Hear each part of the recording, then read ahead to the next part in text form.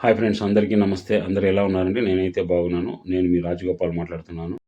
ఇప్పుడు మనం వెళ్తున్నది Bengaluru to Chittoor highway అండి. ఇక్కడ కాస్త లెఫ్ట్ తీసుకుంటే ఈ గాంధీనగర్ అనే బోర్డు దగ్గర నుంచి లెఫ్ట్ తీసుకుంటే మనం వెళ్ళబోయే శ్రీ వందన మల్లీశ్వర స్వామివారి దేవస్థానంకి దారి కనిపిస్తుందండి. ఈ దేవస్థానము దాదాపు 1000 ఏండ్ల చరిత్ర కలిగినటువంటి దేవస్థానంగా ఇక్కడ గ్రామ పెద్దలందరూ కూడా తెలియజేస్తున్నారు. అంటే ఈ దేవస్థానము పురాతన దేవస్థానం అండి. భయంకరమైనటువంటి అటవీ ప్రాంతం లోపల ఉంటుంది.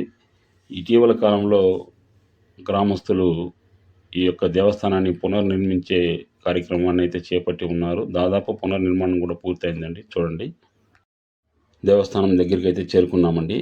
ఇక్కడ స్వామివారికి ఈరోజు అభిషేకాలు తదితర కార్యక్రమాలన్నీ కూడా జరుగుతున్నాయి. సోమవారం రోజున స్వామివారికి విశేషమైనటువంటి పూజలు, అభిషేకము తదితర కార్యక్రమాలన్నీ కూడా జరుగుతూ ఉంటాయండి. అనేక మంది భక్తులు ఈ యొక్క స్వామివారి దేవస్థానాన్ని పునర్నిర్మించే కార్యక్రమానికి తమ వంతు సహాయ సహకారాలు అందించారు. ఎంతోమంది దాతలు కూడా తమ వంతు సహాయంగా కొంత విరాళాలు కూడా సమర్పించడం జరిగిందండి. స్వామివారి దయ, కృపా కటాక్షాలు అందరికీ కూడా ఉండాలని మనమందరూ కూడా కోరుకుందాం ఫ్రెండ్స్. ఈ స్వామివారికి అభిషేకం చేయించినట్లయితే సకల బాధలు తొలగిపోతాయని ఇక్కడ భక్తుల నమ్మకం ఫ్రెండ్స్.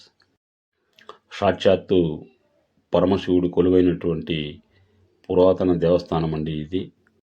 ఇక్కడ మామూలుగా జరిగే పూజలే కాకుండా ప్రత్యేకమైనటువంటి పర్వదినాలండి, పౌర్ణమి, కార్తీక దీపము ఇలాంటి విశేషమైనటువంటి రోజుల్లో స్వామివారికి ప్రత్యేక అలంకరణ తదితర పూజా కార్యక్రమాలన్నీ కూడా ఉంటాయండి.